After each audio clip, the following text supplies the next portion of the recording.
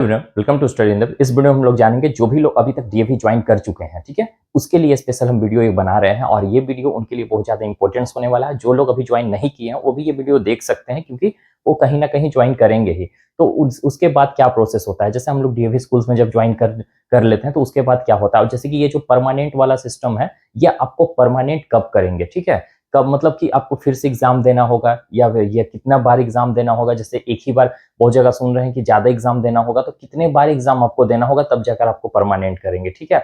और प्लस में स्कूल्स में भी जाने के बाद ट्रेनिंग वगैरह होते हैं, तो वो तो हमें ऑलरेडी दूसरे वीडियो में बताए हुए हैं, लेकिन यहाँ पे भी आपको ये दो चीज जानकारी आपको परफेक्टली मिल जाएगी। प्लस में नेक्स्ट सीबीटी एग्जाम कब होगा वो भी हम लास्ट में आपको यहाँ पे बता देंगे, ठीक है।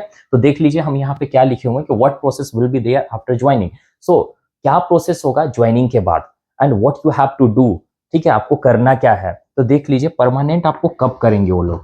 पहले तो अभी आप लोग ज्वाइन कर चुके हो, ठीक है, ये चीज सब आप लोग क्लासेस वगैरह भी कर रहे होंगे, टीचिंग वगैरह आपका चल रहा होगा, देख रहे होंगे सारा एज इट इज। अगर आपने पहले प्राइवेट स्कूल में पढ़ाया है तो एज इट इज प्रोसेस होगा, थोड़ा बहुत आपको चेंजेस देखने को मिल रहे होंगे, ठीक है। वहां पे कुछ ट्रेनिंग वगैरह होते हैं वो भी हम लोग जानेंगे, लेकिन उससे पहले जानने हम लोग यहाँ पे ये चीज जानेंगे परमानेंट आपको कब करेंगे। तो देखिए मैक्सिमम यहाँ 3 इयर्स हम लिखे हुए हैं, मतलब कि आपको 3 इयर्स तक मैक्सिमम ये इतना ज्यादा टाइम लिया गया है और इसमें बोला गया है कि इतने 3 इयर्स में आपको परमानेंट कर दिया जाएगा। अब जैसे जब आप स्कूल में चले गए होंगे तो वहां पे और भी टीचर्स होंगे, तो उनसे भी आपको जानकारी लगभग मिल ही गया होगा, है ना। और जो जिनको नहीं पता चला होगा वो भी हम बता दे रहे हैं। और 3 इयर्स तक हम यहाँ मैक्सिमम लिखे हुए हैं। 3 इयर्स में आपको क्या करना होगा कि आपको परमानेंट कर दिया जाएगा, ठीक है।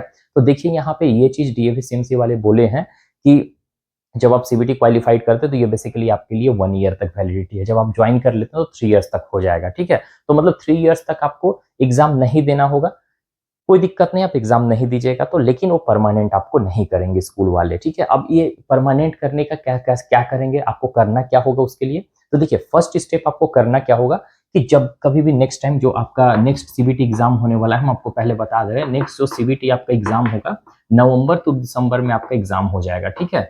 नवंबर टू दिसंबर में आपका एग्जाम हो जाएगा और उसके बाद ये एग्जाम में आपको अपीयर होना है, ठीक है।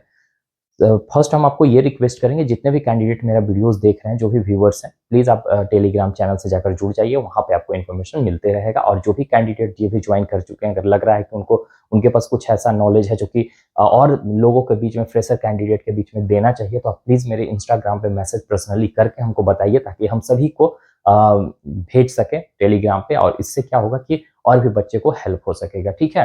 क्योंकि आप लोग एक्चुअल में अब डीएवी में चले गए हो और जाने के बाद वहां तो आपको हमसे तो ज्यादा बेटर नॉलेज हो ही गया होगा, हमसे ज्यादा मतलब कि हम जुड़े हुए कहीं से तो हमको जानकारी मिलती है, लेकिन अब आप लोग एक्चुअल में वहीं वर्क कर रहे हो तो आपको ज्यादा जानकारी होगा, ठीक है। तो आप बताइएगा उस हिसाब से कि हम ताकि और को भी अच्छे से बता सके, ठीक है। तो ये नवंबर दिसंबर में आपका एग्जाम होगा और तो ये एग्जाम में आपको अपीयर होना है, जैसे कि, ठीक है। तो एक बार जब एग्जाम में आप अपीयर हो जाते हैं फर्स्ट टाइम, तो किसी किसी को क्या है ना कि फिर से आप, जैसे अभी तो एग्जाम देकर ही गए तो फिर से आप अपीयर होते हैं, तो किसी किसी को है कि 1 साल में भी परमानेंट कर देंगे, ठीक है। तो किसी किसी को उसमें कौन से आ जाएंगे, जो कैंडिडेट एकदम अच्छे होंगे, जो प्रिंसिपल के नजर में मतलब अच्छे होंगे, तो उनको 1 साल में भी परमानेंट कर दिया जाएगा और उनका परफॉर्मेंस भी फार बेटर होगा और टीचर से, तो उनको किया जाएगा। लेकिन अब उसके बाद फिर एक बार में नहीं हुआ तो फिर आपको सेकेंड टाइम फिर देना होगा, ठीक है। सेकेंड टाइम फिर आपको एग्जाम देना होगा, ठीक है। तो उस टाइम भी अगर नहीं होता है तो फिर थर्ड टाइम भी आपको एग्जाम देना होगा, ओके। तो इस तरीका से क्या है ना कि जब तक आप एग्जाम देते रहेंगे तो क्या होता है कि आपका एक तरह से एक बार में नहीं हुआ, दूसरा बार में नहीं हुआ तो थर्ड टाइम में कर ही देंगे, मैक्सिमम ये टाइम लिया जाता है और थर्ड टाइम में आपको कर दिया जाएगा।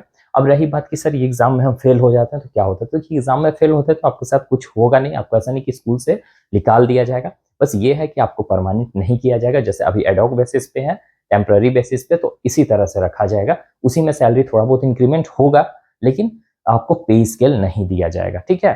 परमानेंट मतलब कि आपको पे स्केल मिल गया, ग्रेड पे मिल गया, जो भी गवर्नमेंट का जैसा रहता है 4700 ग्रेड पे पीजीटी के लिए, तो इस तरीका से दिया जाता है ना।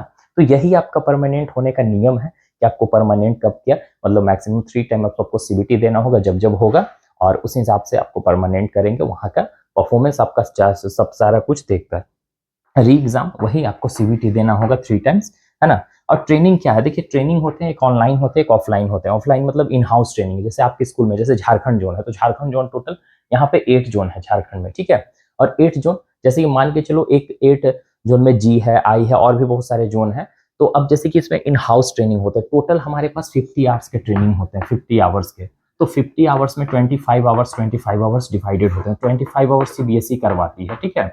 25 आवर्स सीबीएसई करवाएगी और 25 आवर्स का आपका डीएवी सीएमसी वाले करवाएंगे। तो ये कैसे करवाएंगे? तो ये जो ऑनलाइन आपको रजिस्टर करना होता है दीक्षा वगैरह पर सीबीएसई पोर्टल से, तो ये चीज अभी नहीं करना होता। शायद डीएवी में नियम चेंज हो चुका है, वो खुद से ही कर देते हैं और आपको ये जाकर ऑफलाइन ही आपको एक वेन्यू बता देंगे कि सीबीएसई की बात कर रहे हैं अभी ना, जो ऑनलाइन हम लोग करते थे। और भी जैसे कि अभी प्राइवेट स्कूल्स में दूसरे जगह डीएवी के अलावा उनको ऑनलाइन रजिस्ट्रेशन करना होता है और वो खुद से करना होता है वेन्यू बताकर, मतलब जब टाइम वगैरह दिया जाता है। लेकिन आप लोग को क्या है कि वो ऑनलाइन ट्रेनिंग के लिए आपको कर दिया जाएगा और वेन्यू बता दिया, आपको वहां जाकर ट्रेनिंग कंडक्ट अटेंड करना होगा। तो इससे आपका, और ये नहीं कि 25 आवर्स का है तो इसे 5 आवर्स का होता है ट्रेनिंग, तो उसी में आपका 1-2 दिन में ही कंप्लीट कर दिया जाता है, 3 से 4 दिन में ऐसे, ठीक है। तो 25 आवर इन हाउस ट्रेनिंग, जैसे कि इन हाउस में कैसे होगा कि जैसे जोन जी में जो भी स्कूल्स आ जाते हैं, मान लीजिए 5 स्कूल आ गए, 6 स्कूल आ गया, तो 5-6 स्कूल का जो भी टीचर्स होंगे एक जगह होंगे, वहां पे सब खाना वगैरह सारा कुछ होगा उनके लिए। और उसी तरह से 5 आवर्स का वहां पे ट्रेनिंग करवाया जाएगा, सब एक जोन का एक जगह मिलकर उनको इन हाउस ट्रेनिंग किया जाता है। तो कुछ इस तरीका से ट्रेनिंग आपका होगा। और भी अगर आपको अगर परमानेंट होना, तो परमानेंट के लिए आप अच्छे से लगे रहिए, अच्छे से पढ़ाइए, प्रिंसिपल के नज़र में अच्छे रहिए और एग्जाम को फिर से आप 1-2-3 टाइम्स तक आप निकाल लीजिए, तो आपका परमानेंट हो जाएगा। मतलब मैक्सिमम 3 to 4 ईयर मान के चलो, उतना में आपका परमानेंट कर दिया जाएगा। सो अगर वीडियो अच्छा लगा, इन्फॉर्मेटिव लगा हो, तो आप कमेंट कीजिए। अगर किसी तरह का और भी जानकारी, जैसे कि आपको कुछ अगर नॉलेज है तो एक्स्ट्रा कमेंट करके बता दीजिए, ताकि और भी लोग यहाँ पे पढ़ सके और उनको भी जानकारी मिल सके, ठीक है। और वीडियो अच्छा लगे तो लाइक सब्सक्राइब करिएगा और अपने फ्रेंड्स के साथ भी शेयर कीजिएगा, ताकि उनको भी पता चल सके, ठीक है। Bye, take care everyone.